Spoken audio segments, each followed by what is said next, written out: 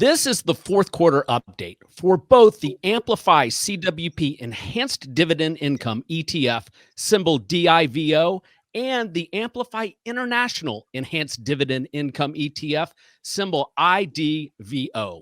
Capital Wealth Planning serves as the sub-advisor to both ETFs. Kevin Simpson is the founder and chief investment officer of Capital Wealth Planning. Kevin, let's start with DIVO. What do new folks who are new to this ETF need to understand about the investment philosophy of DIVO? Yeah, Jay, we look to try to keep it simple. So many portfolios overcomplicate things, or it's always the next best thing. We're not the next best thing. We're the old school thing. We invest in 25 to 30 large cap blue chip companies in DIVO. All of the companies are spread across every sector. So we're not trying to time the market. We're not making sector bets. Even to the extent that we may have a strong conviction on any one name, we won't allocate more than 5% of DIVO to any single position. Everything is dividends and dividend growth. Jay, we then sprinkle in some covered call writing to help buffer a little bit of the downside, but the byproduct of that is also additional cash flow. So if we can generate cash flow from dividends, and if we can generate cash flow from option premiums, then half of the heavy lifting is already there. If you look back to 1926, 39% of the total return for the S&P 500 comes from dividends and distributions reinvested. 39%. If you look at that statistic from the crash of 87, it's 50%. So if we can generate great dividends, increasing dividends, bring in some option premium, it doesn't matter what happens in the outside world. It doesn't matter if there's a soft landing or a hard landing. We're looking for quality companies that make money, distribute it to shareholders. It's a simple story, Jay. Cash on cash. When you look at the fourth quarter changes in the portfolio, what are a couple things that investors should know? Well, it's funny because a lot of times we're talking about Apple in our quarterly updates. I'm not always sure why, but we had Apple called away early in the fourth quarter between 157.5 and 160. And we've been buying it just very slowly, very patiently. And even the last purchase that we made, which was in this calendar year, 2023, I think we paid $126 and change for it. Other things are more nuanced, taking some of the positions that have done really well and bringing those account size or position size back to 5%, selling into strength and sprinkling those funds into other positions to bring those allocations higher, because it takes us a long time in some cases to get to that 5% max weighting. But that's how you do it. It's a nuance. It's not trying to get all in on the markets or all out on the markets. It's finessing and looking at things very carefully and maintaining those multiples, because it's multiple compression that's really scary moving forward if earnings come down. So if we can own a portfolio that's fairly valued, and we're going to be much less subject to that multiple compression. So Kevin, for financial advisors or investors that are looking at adding DIVO to a portfolio, where does it fit? Jay, I can very easily talk to DIVO about being the core, the keystone of any portfolio. It is large cap blue chip equity investments from the S&P 100 that pay dividends. There is no better core story than that. We're not looking for the next great Microsoft or the next great Apple. I mean, we own Microsoft, we own Apple. So if you're building and constructing portfolios, I look at DIVO as the core piece to build around.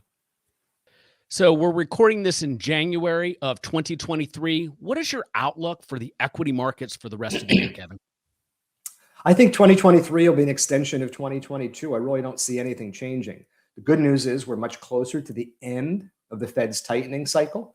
We're going to see another rate hike in February, probably 25 basis points. And then we see from there. If earnings are better than feared, if inflation continues to come down, it's important that inflation comes down faster than growth comes down for things to really work and to actually see that soft landing. But the good news is we're much closer to the end of that cycle of rate increases. And that's the first step. We need the Fed to pause, whether they raise rates another 25 basis points the start of this year or 75 basis points. They're going to be data dependent. It doesn't matter what they said in their dot plots. If you look back to the call we did this time last year, Jay, they said there might be 1 or 2 rate hikes in 2022.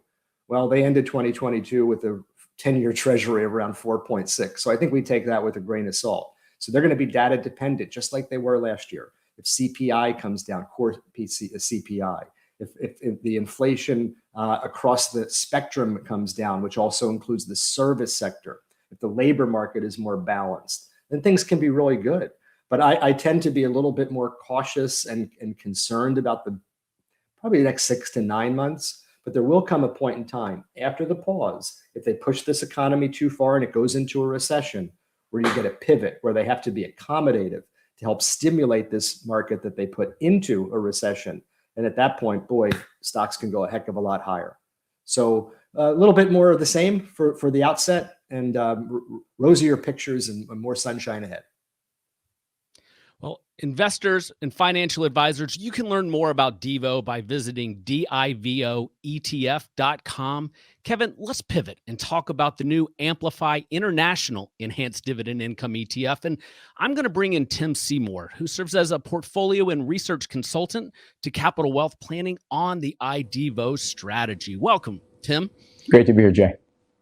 Brings a lot of class to the webcast, doesn't it? Well, depends how you define a class, but it's great to be here. And it's great to be working with Kevin and the CWP team, along with Amplify, of course. Well, hey, Tim, let's start with you. What do investors and financial advisors need to know about the process behind this strategy?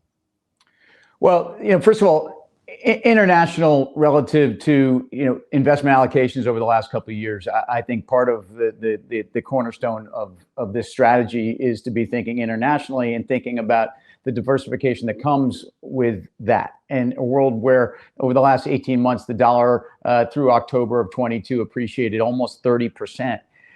The dynamic was, it was a very difficult time to be investing internationally. In fact, the argument is that the dollar has probably peaked, and you can make an argument that it's been an 11-year dollar bull run. But regardless, investing internationally is about finding diversification, but it's about finding also those same blue chip companies, those companies that have pristine balance sheets, that are growing their dividends, not necessarily having to reach into the far corners of the world to find that. Although, again, if you think about investing in certain parts of Asia or certain parts of Latin America or even certain parts of Europe, you do have companies that exist in an environment where arguably you are getting an enhanced yield. You are getting a more bulletproof company, a company that's a blue chip company that's actually survived the test of time through multiple cycles. And I think that's part of the approach here. Investing internationally over the last couple of years, as I said, I think has been a challenging backdrop. I would make an argument that the next 3 to 5 years, we're going to see a very different allocation towards international. So for folks that are new to the international space, Tim, what do they need to know about the nuances between looking at, say, sectors internationally versus a domestic portfolio? Well, and again, I'm one of these international, graybeards, and although I've never had a beard, even though I know it's very trendy these days, and maybe one day I will. But I've been investing in global and emerging markets since the late 90s, and to me, some of the dynamics that have always underpinned these markets are maybe increased growth profiles. Maybe you have companies that, again, are leaders and have competitive advantages based upon the landscape that they operate in. That's ultimately, those are the companies we're looking to find. And when I think about investing in banks, say in Asia or in Europe, I'm thinking about banks that were probably more hurt by negative interest rates and negative real rates, and that higher rates around the world are actually only bolstering and making those banks that much more profitable than what we're seeing going on with U.S. banks, energy companies. If I think about how the energy sector has suddenly not just become a trade for a lot of investors, but we can see these energy companies are run and managed differently. They're managed for equity investors, and they're managed for free cash flow and kind of a disciplined approach to CapEx. If I think about that internationally, again, some of the biggest and the richest, and I mean in terms of resource companies sit in other parts of the world. So I think about energy companies that sit in Latin America that are the dominant players that no one's ever heard of, and yet have a balance sheet as good or, certainly in the same class as a Chevron or an Exxon. So, as someone that's been investing in international for most of my career, I'm really excited by where I think the U.S. has dominated global asset allocation for the last 5 to 10 years for some obvious reasons, especially around the fact that the U.S. is the leading tech allocation, and where we've seen that kind of a growth in a world where I'm going to make an argument that I also think the next 1 to 3 years, you're going to see a structural different way to be investing across some of these major indices. And I think it's going to be less tech heavy. I think it's going to be more real economy heavy. And again, getting back to investing internationally, I think this is where you find some of the leading companies in the world. Could you give us an example of one company that we're definitely looking at for the portfolio that stands out to you? Yeah, it's funny because, Kevin, you think about a company like Tenaris is an example of one of those companies that a lot of people have never heard of, yet this is the largest tubular pipe manufacturer. We can also call these pipelines in the world. So at a time when the energy sector is been an exciting place to invest, Tenaris is not only arguably the largest pipeline manufacturer in the world, but they have a balance sheet that is going to continue to I think be best in class.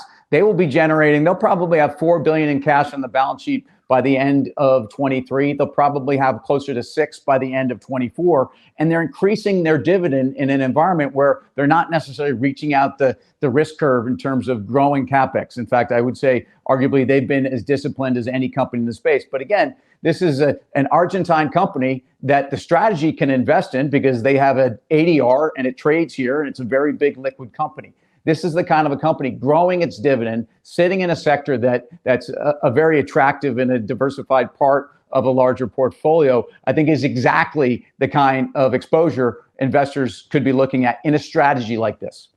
I love the dividend. I love the dividend growth. It seems like every stock that we're looking at has such a robust dividend compared to its peer group within the US. I mean, this thing is just a wonderful, wonderful cash flow machine. Unbelievable. Yeah, Kevin, think about a bank like UBS. This is a bank that returns 13% of essentially their cash flow back to investors. It's the highest return of any bank in the world. And as I mentioned, European banks bore the heaviest burden on the ECB's negative interest rate policy, which was obviously very important in terms of the sovereign debt crisis that really emanated about 11 years ago. But as we start to see yields, and you can make an argument that sovereign yields in Europe, especially in Germany and Italy and Spain, and even Switzerland on a relative basis, have increased a lot more than they have here. A bank like UBS, which is cheaper on a price to book than the money center banks here, is arguably more exposed and focused on wealth management and some of the less risky businesses within the banking sector that might, even in a global slowdown, be under more pressure. But in fact, it's more exposed to free cash flow. So again, the banking sector is a place where internationally banks trade cheaper than they do in the US. They are paying higher dividend yields. And if anything, they're going to be enhanced by the current backdrop. Jay, I think an important thing to point out for viewers and financial advisors that within the strategy, everything is an ADR. So we're not taking currency risk or foreign exchange risk. And the covered calls that we're utilizing are all US listed covered calls. So from our lens and our perspective, this is a perfect sister fund to DIVO. And I would just say one last thing. I participate in the Bank of America Fund Manager Survey, and we just got the results back this week. That kind of indicate preferences within the investor community and really where people are weighted and where people are excited. If you look at those numbers this morning, and again, this is as we speak in early January, you have a case where 37% of allocators put international and EM ahead of 24% to the US. If you think about places where folks also have a view that the dollar is peaked and is an overweight trade. So, if you listen to fund managers and you listen to the professional community, international is the place that is seen as offering the most value in terms of upside, in terms of valuations, but also a place that clearly is, as they are looking forward, where the sentiment is lying. We started at the right time. Good low base. All right. So financial advisors and investors, to learn more about this ETF, visit IDVOETF.com. That's IDVOETF.com. Gentlemen, thank you so much for your time. Thanks, Jay.